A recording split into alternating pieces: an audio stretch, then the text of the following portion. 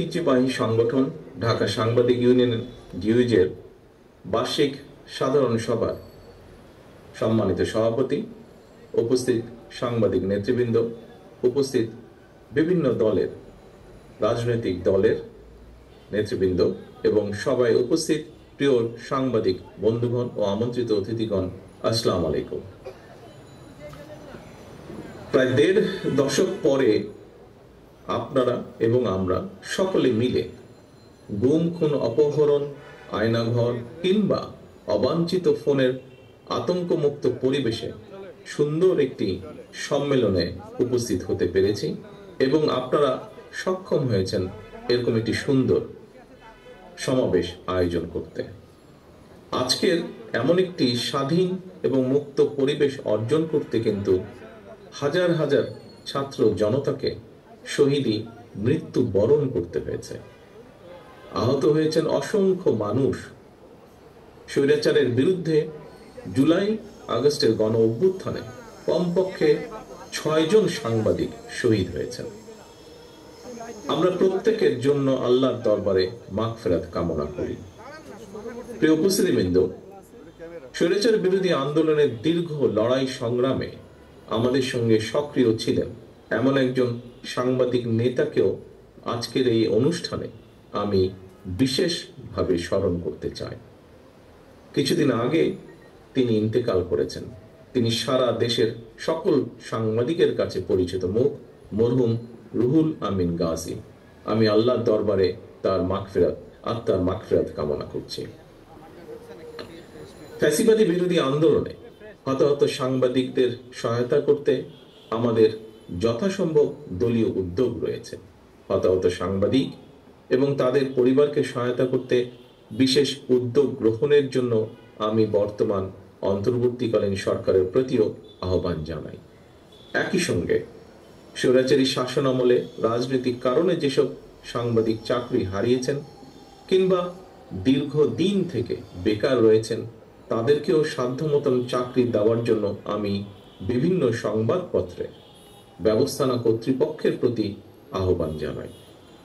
প্রিয় সাংবাদিক বন্ধুগণ, লেখক, সাংবাদিক, বুদ্ধিজীবীগণ একটি রাষ্ট্র ও সমাজের অন্তর্নিহিত শক্তি। কোনো কিছুর পক্ষে বা বিপক্ষে অবশ্যই তাদের সুচিন্তিত মতামত থাকতে পারে বা থাকবে অবশ্যই।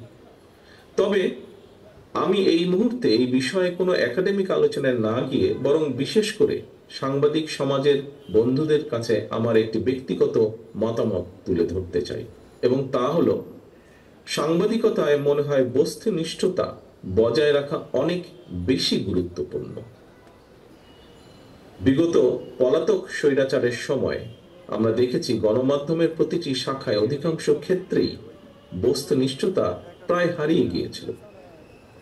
লেখক, সাংবাদিক, বুদ্ধিজীবী কিংবা যে কোনো মানুষের মধ্যেই যে কোনো বিষয়, যে কোনো ইস্যুতে দ্বিমত, ভিন্ন মত থাকতেই পারে, এবং এটি গণতান্ত্রিক সংস্কৃতির সৌন্দর্য। তবে ভিন্ন মত অথবা ভিন্ন দ্বিমতকে শত্রুতা কিংবা নির্লজ্জ দলাদলিতে পরিণত করলে কি পরিণতি হতে পারে, গত ১.৫ দশকে দেশের জনগণ এটি হাড়ে হাড়ে টের পেয়েছেন। পলাতক স্বৈরাচারের সঙ্গে সঙ্গে তার অবৈধ মন্ত্রী, এমপি, বুদ্ধিজীবী বা বিচারপতি, বায়তুল মোকাররমের খতিব, প্রেস ক্লাবের সভাপতি, সম্পাদক কিংবা কতিপয় সাংবাদিকের পলায়নের মধ্যে দিয়ে আবারও প্রমাণিত হয়েছে অবৈধ রাষ্ট্রশক্তি নয়, বরং শেষ পর্যন্ত জনগণের রায়ই কিন্তু চূড়ান্ত। প্রিয় উপস্থিতিবৃন্দ, ১৯৭৫ সালের ৭ই নভেম্বরের আগের স্বাধীনতা উত্তর বাংলাদেশ কিংবা ২০২৪ সালের ৫ই আগস্টের আগে ১.৫ দশকের বাংলাদেশ বর্তমান প্রজন্মকে দেখিয়ে দিয়েছে যে আওয়ামী লীগ স্বাধীনতা একসাথে যায় না। আওয়ামী লীগ আর গণতন্ত্র একে অপরের শত্রু। অপরদিকে বিএনপির কাছে গণতন্ত্র, বাক, ব্যক্তি আর স্বাধীনতা, সংবাদপত্রের স্বাধীনতা নিরাপদ। প্রিয় সাংবাদিক বন্ধুগণ, বিতাড়িত স্বৈরাচারের পলায়নের পর গণতান্ত্রিক আমি জনগণের আকাঙ্ক্ষা পূরণে এক বিশাল দায়িত্ব নিয়ে আজকের অন্তর্বর্তীকালীন সরকারের যাত্রা শুরু হয়েছে। তবে গণতন্ত্রের পক্ষে সকল শক্তি এবং সাংবাদিক সমাজকে সতর্ক থাকা দরকার। আমাদের গণতন্ত্র প্রতিষ্ঠার যে চলমান যাত্রা বাধাগ্রস্ত করতে কিন্তু এরই ভিতরে নানা রকম ষড়যন্ত্র শুরু হয়েছে, যা এর ভিতরে অনেক বক্তা তাদের বক্তব্য এরই ভিতরে তুলে ধরেছেন। বিতাড়িত স্বৈরাচার এবং তাদের দোসর চক্র নানা কৌশলে আবারও মাথাচাড়া দিয়ে ওঠার অপচেষ্টা শুরু করেছে। অপশক্তি দেশের ভেতরে এবং বাইরে থেকে বাংলাদেশের পক্ষের শক্তির মধ্যে ভুল বোঝাবুঝি সৃষ্টির পায়তারায় লিপ্ত হয়েছেন। তবে সবাই যদি আমরা সতর্ক থাকি, বাংলাদেশের পক্ষের শক্তির মধ্যে ভুল বোঝাবুঝির অবকাশ থাকবে না বলে আমি দৃঢ়ভাবে বিশ্বাস করি। পলাতক মাফিয়া সরকার গত ১.৫ দশকে বিএনপি সহ বিভিন্ন দল ও মতের হাজার হাজার মানুষকে হত্যা করেছিল, শত শত নেতাকর্মীকে গুম অপহরণ করেছিল। বিএনপির ৫০ লক্ষেরও বেশি নেতাকর্মীর বিরুদ্ধে প্রায় ১.৫ লক্ষ মামলা দিয়েছিল। লক্ষ লক্ষ নেতাকর্মী, বিএনপি সহ বিভিন্ন বিরোধী দলের লক্ষ লক্ষ নেতাকর্মী ঘর ছাড়া হয়েছিলেন। অকারণেই, বিনা কারণে, বিনা অপরাধে mother of democracy Begum Khaleda জিয়াকে ৫ বছরও বেশি সময় কারাবন্দী করে রাখা হয়েছিল। পলাতক স্বৈরাচারের নির্দেশে শুধু জুলাই আগস্টেই গণ অভ্যুত্থানে কমপক্ষে ২,০০০ ছাত্র জনতাকে শহীদ করা হয়েছে, কমপক্ষে ৩০,০০০ মানুষকে করা হয়েছে আহত। গণ অভ্যুত্থানের এই সময় শুধুমাত্র বিএনপি এবং এর অঙ্গ সহযোগী সংগঠনের শুধুই মাত্র ৪ শতাধিকেরও বেশি নেতাকর্মী শহীদ হয়েছেন।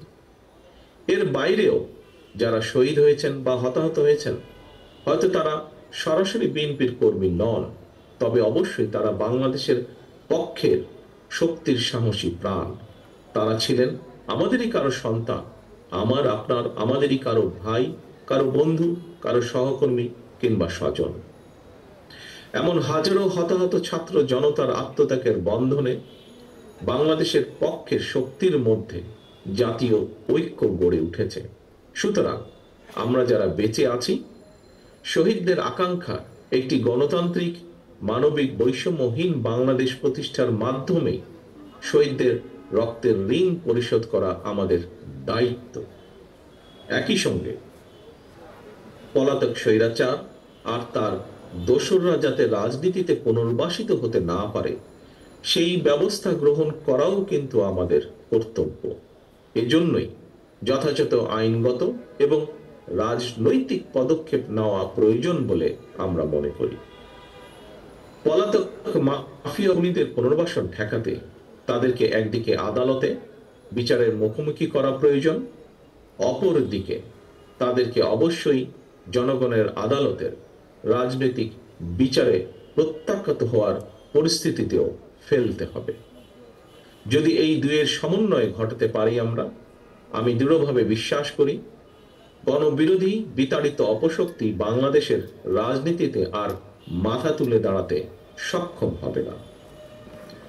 খুনি, লুটেরা, মাফিয়া এবং স্বৈরাচারী রাজনৈতিক অপশক্তিকে বাংলাদেশের রাজনীতিতে অপ্রাসঙ্গিক করে দিতে হলে জনগণের রাজনৈতিক ক্ষমতায়ন প্রয়োজন। ভোটের অধিকার প্রয়োগের সুযোগ পেলেই জনগণ তাদের রাজনৈতিক ক্ষমতা প্রয়োগ করে গণহত্যাকারী, খুনি, লুটেরা, পলাতক স্বৈরাচার এবং তাদের দোসরদেরকে রাজনীতির মাঠ থেকে বিদায় করে দিতে সক্ষম হবে।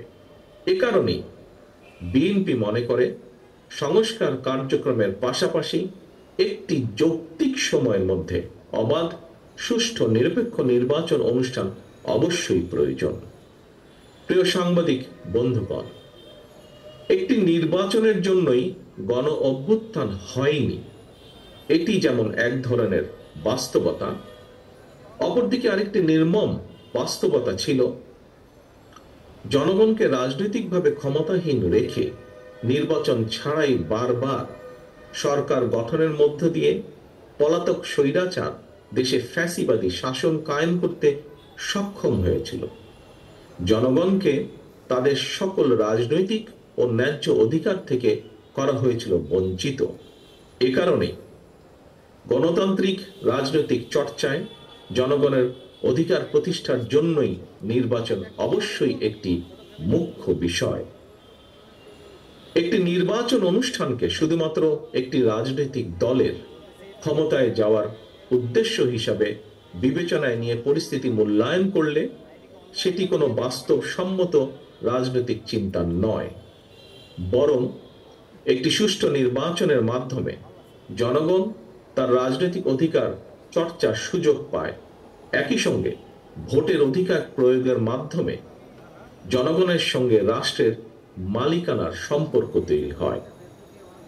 স্বৈরাচার বা ফ্যাসিবাদের কবল থেকে রাষ্ট্র ও সরকারকে মুক্ত রাখতে হলে অবশ্যই নাগরিককে রাজনৈতিকভাবে ক্ষমতাশালী রাখা অত্যন্ত জরুরি।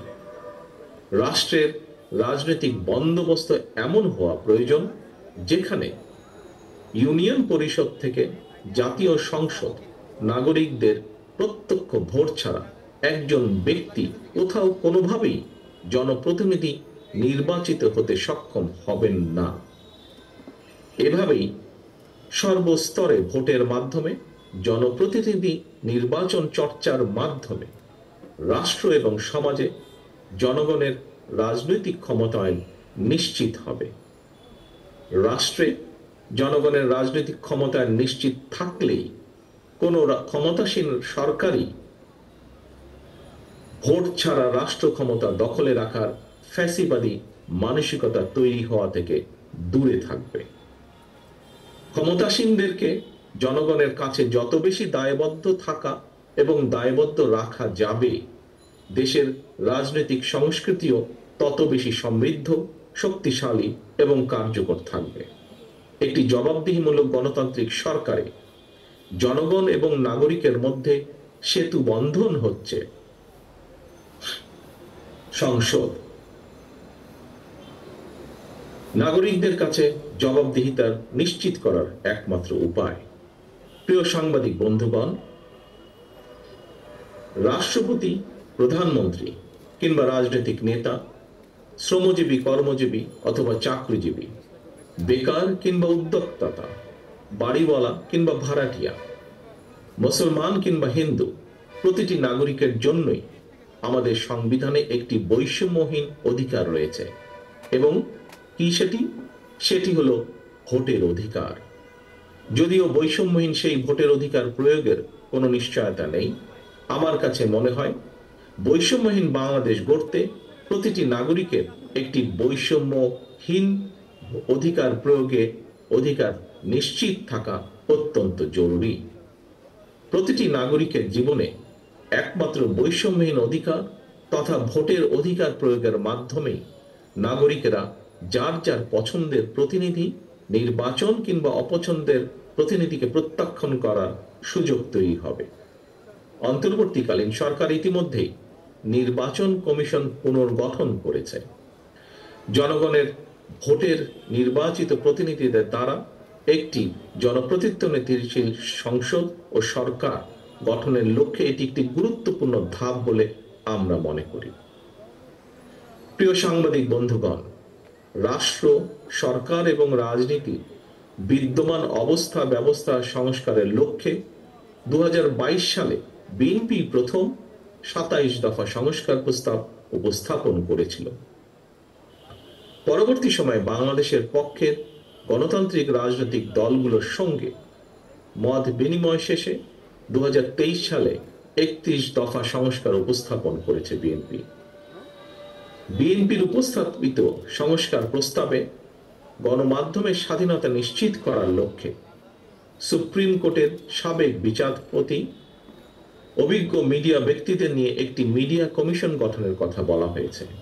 আপনারা দেখেছেন বর্তমান অন্তর্বর্তীকালীন সরকারও গণমাধ্যমে সংস্কার কমিশন গঠন করেছে।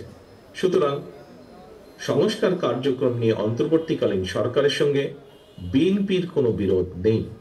সংস্কার আগে নাকি নির্বাচন আগে, যারা এ ধরনের প্রশ্ন তুলে জনমনে বিভ্রান্তি সৃষ্টির অপচেষ্টায় লিপ্ত হয়েছেন তাদের উদ্দেশ্য কিন্তু ভিন্ন। বিএনপি মনে করে সংস্কার কার্যক্রম এটি কোনো শেষ হওয়ার বিষয় নয়। একজন সংস্কার কার্যক্রম শুরু করলে আরেকজন প্রয়োজনীয় সংস্কার এগিয়ে নিয়ে যায়, কারণ সংস্কার একটি চলমান প্রক্রিয়া।